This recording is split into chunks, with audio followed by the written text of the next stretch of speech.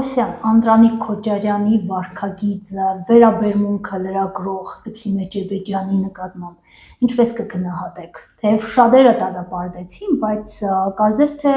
որևէ տեղաշարժ չկա նրան, այսպես ասած, կարգի բերելու։ Եվ ես հիշում եմ, որ դուք նաև մի գրառում եք կատարել Շիրակի մարզում նրա գործունեությանը վերաբերող մի քանի հարցադրումներ եք արել իրեն։ Այո։ Ուրեմն փորձեմ ձեր հարցը 3 մասից պատասխանել։ Նախ ինչպես են վերաբերվում Անդրանիկ Քոչարյանի վարքագծին։ Միանշանակ անտեսցիրակ մարդու վարքագիծ։ Եթե համաձայն չի, թող դադիտա, խնդիր չունեմ։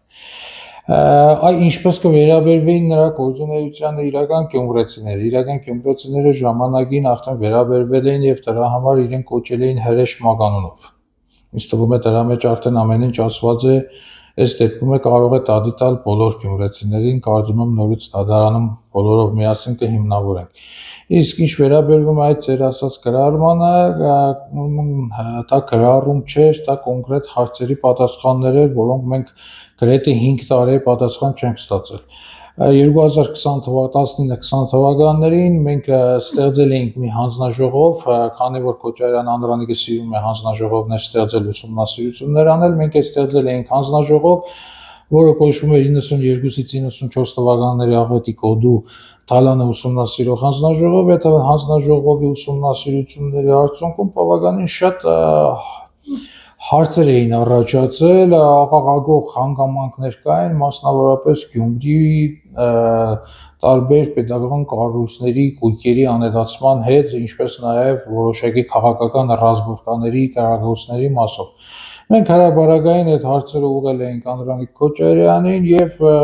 անկեղծ ասած պատասխան չէինք էլ ակնկալում, որովհետեւ վստահ էինք, որ ինքը չէր կարողանալու այդ հարցերին պատասխանել եւ այդպես 5 տարի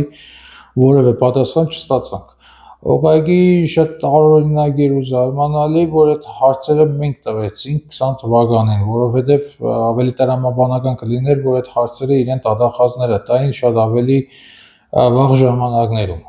Բայց հաշվի առնելով մինչև 98-99 թվականների նրա սերտ հարաբերությունները տվյալ ժամանակաշրջանի իշխանությունների հետ հասկանալի է, որ այդ հարցերը իրեն այդպես էլ չէր տրվելու։ Այդ հանձնաժողովը որտեղ եք ստեղծել, կուսակցությունն էր։ Ոչ, կուսակցություն չէր, դա հասարակական հիմունքներով ձևավորված խումբեր, ովքեր հիմնականում ուսումնասիրելով տեղի ունեցածը, նաև տարատեսակ վկաների հետ խոսելուց հետո կազմել էր հստակ հարցեր եւ այդ հարցերի մենք հրաբարակային ուղղել էինք եւ Հանդրուտյանը եւ Անդրանիկ Քոչարյանին։ Դուք հարցադրումներ եք արել, որոնց մասին ողջ Գյումրին գիտի։ Գույքերի անհետացման հետ կապված։ Ինչու ամեն դեպքում հենց իրեն։ Որովհետև այդ ամեն ինչը պայմանավորված էր նախ իր պաշտոնավարման ժամանակաշրջանի հետ։ Տեսեք, հենց հանձնաժողովը ինքը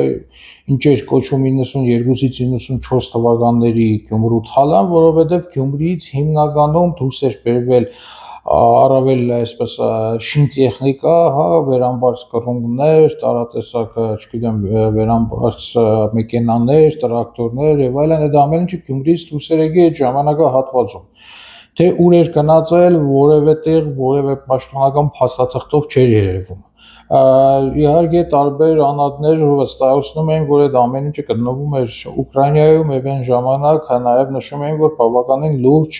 շահույթներ էր ապահովում։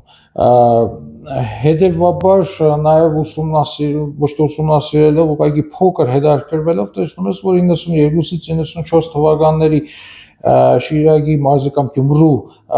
կառավարության լիազոր ներկայացուցիչը եղել էր Անդրանիկ Քոչարյանը, որովհետև այն ժամանակ դեռևս մարզպետի ինստիտուտը չկար եւ կային առանձին լիազոր ներկայացուցիչներ, ով կոնկրետ Գյումրիի Ախուրյան այդ հատվածում անսահմանափակ իշխանություն ունեցել էր հենց Անդրանիկ Քոչարյանը։ Նույնիսկ եթե հիշում եք, այդ հարցադրումների մեջ մենք նաեւ հստակ նշել էինք ու նաև նկարագրել էինք իր եւ երջանկահիշադակ Մուշեղ Սաղաթելյանի միջև ծագած կռիվները։ Նաև այնտեղ եղել էր այդ թվականներին կրակոցներ, որոնց մասին ամբողջ Գյումրին գիտի եւ արդյունքում այդ ամեն ինչը վերջնական այսպես Գյումրին հանդարտել էր միայն այն ժամանակ, երբ որ Շիրակի մարզ էր եկել սպարապետ Վազգեն Սարգսյանը եւ ինչպես ականատեսներն էին պատմում, հայոյելով, ապտակելով Քոչարյան Անդոյին տարել էր Երևան ու դրանից հետո Քոչարյան Անդոն երևի թե Գյումրիում այլևս չէր եղել միջև սրանց իշխանության գալը 800 կռունկների, չէ, անհետացման Այնտեղ այո Ուրալսիբստրոյի 800 արշավներին եւս լսել եմ Միայն դա չէ, օրինակ տեսեք, այդտեղ մենք չենք ներառել, բայց հետագա ուսումնասիրությունները ցույց տվեցին, որ այն ժամանակ նաև գոյություն ունեց այդ Օրստրոյ կազմակերպություն, որտեղից նույնպես մի քանի կռաններ անհետացել են, այսինքն ոչ թե անհետացել են, ուղղակի մարդկանց ստիպել են եւ դրանք հանել տվել են։ Հետո այնտեղ Ախուրյանի շինկոոպերատիվից եկույքի մասին էր խոսքը, նաև ես իհարկե չեմ ուզում այսպես անմեղության կանխավարկածներ խախտել, բայց նաև այդ ժամանակվա շատ անակնկալ մահեր ունեցող պաշտոնյաների հարազատներ նույնիսկ այդ խնդիրներն էին բարձրաձայնում, որ ասենք մեկի հայրը շատ անակնկալ ձևով մահացել էր ենթադրենք ինֆարկտից, այն մյուսին անհասկանալի պայմաններում նորից հանգարցամահություն, այսինքն այսօր այդ ամեն ինչը խոսում էր միայն մեկ բանի մասին, որ իսկապես գյումրեցիները չափազանց չեն սիրել Անդրանիկ Քոչարյանին եւ պատահական չէ որ նրանք ընկել էին հետ Հրեշ Անդո Մագանով։ Այ այսօր է որ դուք դուրս գաք փողոց ասենք հարցնեք Անդրանիկ Քոչարյան, կարող է շատերը չհիշեն, բայց եթե Գյումրիում ասեք Հրեշ Անդո, միանգամից շատերը շատ բաներ կպատմեն։ Ու շատ նաև տրամաբանական էր, որ տվյալ անձը այսօր պիտի լինի ներկայիս կառավարիչների սիրելին եւ իրեն էլ պետք է շատ հանդուգն եւ սանձարձակ պահվածքով դրսևորի։ Դա միանշանակ այսպես զարմանալու որևէ բան չունենք այդտեղ։ Արդյունաբերական ձեռնարկություններից է, չէ՞, նաև խոսվում գույքերի անհետացման մասին։ Ու նաև ես հիշում եմ, շատ շատերից եմ լսել մանկական երկաթուղու Ոչ միայն դա, տեսեք, այնտեղ բազմաթիվ էր, ու ես գիտեք, որպեսզի այսպես չգնանք գույքերի հետևից, ես ընդամենը մեկ փաստի վրա եմ ուզում ձեր ուշադրությունը գրավել, որ այն ժամանակ Քոչարյան Անդոն շատ մեծ, այսպես ասած, ջանքերի շնորհիվ կարողացել էր վերահսկողություն հաստատել Բավրայի անցակետում։ Եվ իր եւ Մուշեղ Սաղաթելյանի միջև նաեւ հագամարտությունը առաջացել էր այն հանգապայման ժամանակահատվածում, երբ որ ինքը որոշել էր նաեւ միլպետ, այսպես ասած, նշանակել օտանավակայանում իր մարտուն։ Ինչին էր պետք իրեն հենց երկաթը Բավրայի անցակետը եւ օտանավակայանը, որովհետեւ ինչ որ Հայաստան մտնում էր եւ Հայաստանից դուրս էր գալիս, իսկ այն ժամանակ մենք բոլորս գիտենք, որ ավելի շատ դուրս էր գալիս, քան ներս էր մտնում։ Դրանք անցնում էին Բավրայի անցակետով եւ անցնում էին Շիրակ օտանավակայանով։ Այդ Շիրակ օտանավակայանում իր վերահսկողություն ունենալու հանգամանքը իր համար այնքան կարեւոր էր, որ ինքը ինչպես պատմում էին իր թիկնապան Արտուր անունով մեկը, որ առաջինը ինքն էր եղել, որ Շիրակի մարզային ոստիկանության վրա կրակել էր։ Հետագայում այդ կրակոցները շարունակվել են այլ վայրերում։ Այսինքն մարդ իզուր տեղը չէր կանա, չէ՞, նմանատիպ ռիսկի։ Հենց դրա պատճառով էլ այն ժամանակ Վազգեն Սարգսյանը ստիպված եղավ միջամտել։ Իհարկե այդ միջամտությունը ոչ թե պետք է լիներ ականջից բռնելով Երևան տանելը, այլ կոնկրետ իրավական կամ տղայական կոնկրետ գործընթացներ, ինչ 90-ականներին շատ մոդա էր, բայց իրականում չեղավ, նշանակում է ինքը բոլոր դեպքերում եղել է ունեցել է որոշակի հովանավորչություն։